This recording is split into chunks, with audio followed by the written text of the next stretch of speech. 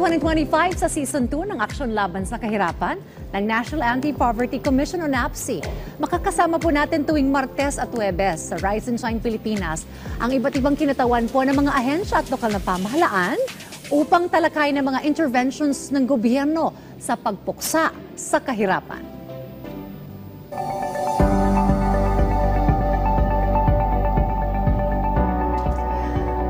Sa ating pong bagong season, tututukan po natin ang convergence o ang pagsasama-sama ng mga programa at stakeholders sa patuloy na pagpapaunlad ng mga komunidad at ang ating pong pamayanan. Makakakwentuhan po natin ngayon dito sa ating programa si Ms. Glenda Zamora Aninon, Manager ng Public Employment Service Office o yung PESO ng LGU ng lungsod po ng Muntinlupa upang talakayin ng mga programang ipinatutupad para sa mga manggagawa sa lungsod ng Muntinlupa. Magandang umaga po sa inyo, ma'am. Good morning po, Ms. Dayan. Magandang umaga rin po sa ating mga manonood. Nakaka-proud na umaga po para sa ating mga taga Muntinlupa po. Good morning.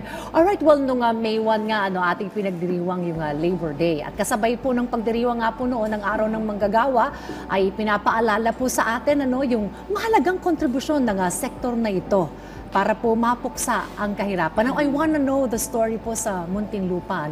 Ano po yung mga programa ninyo na para sa mga kabilang sa sektor ng manggagawa at tutugon rin po sa problema ng kahirapan? Maraming salamat po. So, sa amin po sa Muntinlupa, sa pangunguna po na aming butihing mayor na nakaka-proud po na si Mayor Rufy Biazon, kami po ay mayroong 7K agenda. Ito po ay hango sa ating UN SDG goals po. So, primary po, nangunguna po sa aming 7K agenda ang usapin po ng kabuhayan or livelihood po. And this is closely followed po by karunungan at kalusugan. So, bakit ito po yung tatlo pong primary agenda po sa 7K agenda? Kasi it addresses po the holistic needs po ng ating mga kababayan. So sa kabuhayan po or livelihood, kami naman po ay naka-cluster. We call it the Economic Development Cluster. Kung saan ang PESO ay isa lamang po sa mga tanggapan na kasama dito, and we focus on formal wage employment. May mga tanggapan din pong kasama tayo that will focus or that focuses on skills development, which is our local TESDA, dagdag puhunan po, marketing po, kasama rin po namin ang mga Gender and Development Office po na talagang tumutugon naman sa pangangailangan ng mga kababaihan po. And then, it is closely followed by education po. So sa Muntinlupa po, we have what we call the Education Industry Forum, wherein we invite the industries po that are located in the city and we talk to the academic community po para po yung tinatawag na job skills mismatch ma-address po natin. So that is one of the initiatives po or the innovations in Muntinlupa po para talagang nakatuon po because sa usapin po na employment, yan po ay one of the more critical issues po the jobs mismatch. So sa atin po, we have programs that we deliver that focuses on employment, unemployment, and underemployment. For underemployment naman po, we have a lot of livelihood programs po, especially po sa mga kababaihan natin. Meron kami water lily products po na ginagawa po at this is being sold po sa aming pong eco-grocer po as part of our Likhang Munti program for livelihood po. So, marami po kami ibinibigay pong programa para po sa ating mga kababayan po sa Muntinlupa at para po ma-address yung iba't ibang pangangailangan po nila. So, doon sa mga naghahanap po ng trabaho, nandito po ang Public Employment Service Office. We conduct regular mega jobs fair po. But every Monday and Wednesday po, walang patid po yan, we conduct our in-house jobs fair po. So, we invite companies sa aming tanggapan sa PESO para po makipag-usap na po sa ating mga job seekers po. So, ginawa namin to para maibsan po yung gastos ng ating mga kababayan. Kasi po kung i-refer pa po natin sila sa company, mamamasahe pa po sila. Pero sa atin po sa Muntinlupa, we do this in-house jobs fair as well as the barangay jobs fair po para ang mga taga Muntinlupa po naghahanap ng trabaho, pupunta na lang po sila sa ating tanggapan para makipag-usap po sa ating companies. And we are happy naman po that our batting average po for our hired on the spot for our in-house jobs fairs is from 15 to 25% po ng ating applicants.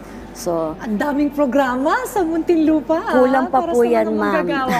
Marami po talaga pa. tayong ginagawa po. Even po doon sa ating mga employed na po na ating mga workers po. So we have the Muntinlupa City Tripartite Industrial Peace Council together with the Department of Labor and Employment.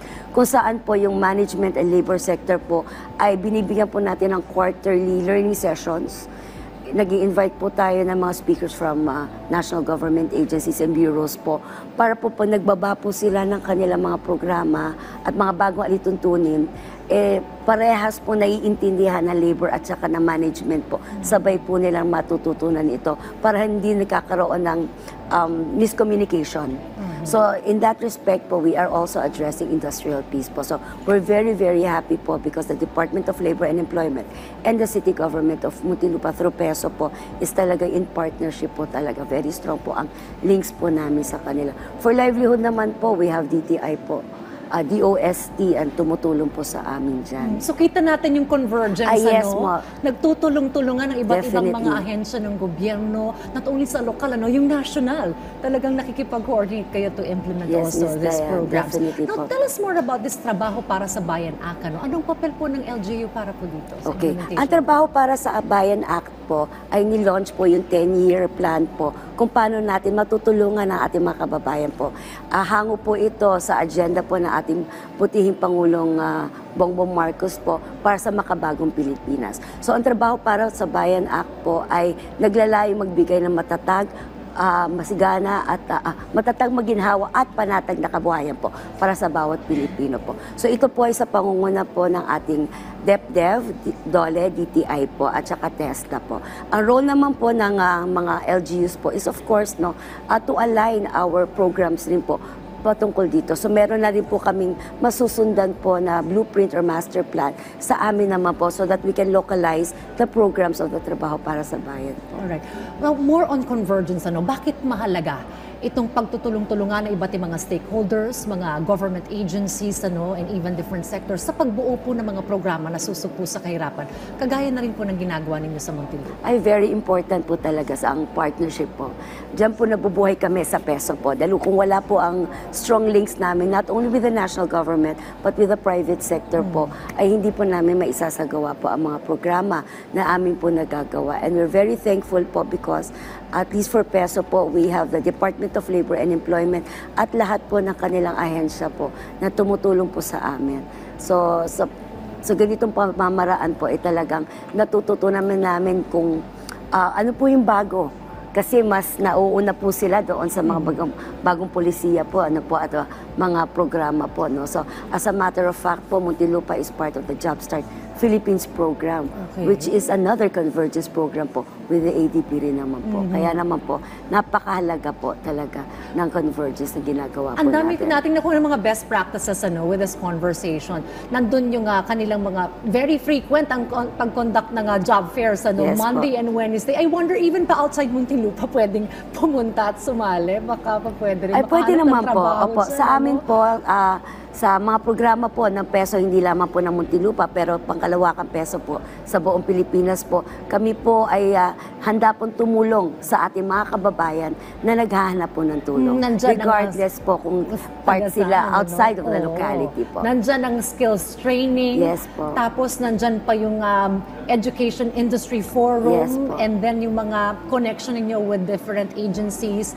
especially national, talagang napakalaking tulong and livelihood programs, ano, na andyan. So I hope other LGUs can also do the same, ano, para matugunan itong kanilang sektor ng mga manggagawa, yung mga issue na kanilang kinakaharap. Alright, I wanna know what's your message, ano, sa inyong mga constituents also sa Muntinlupa City para sa tuloy-tuloy na mga programa nito na tutugon sa kahirapan at tutugon sa mga issue ng sektor ng manggagawa. Thank you, Miss Dayan. So, sa amin po mga kababayan sa Muntinlupa, una sa lahat, ako po ay bumabati po sa aking Mayor Rufy Biazon sa pagkatabigan na po siya ng panibago pong mandato po para sa kanya second term.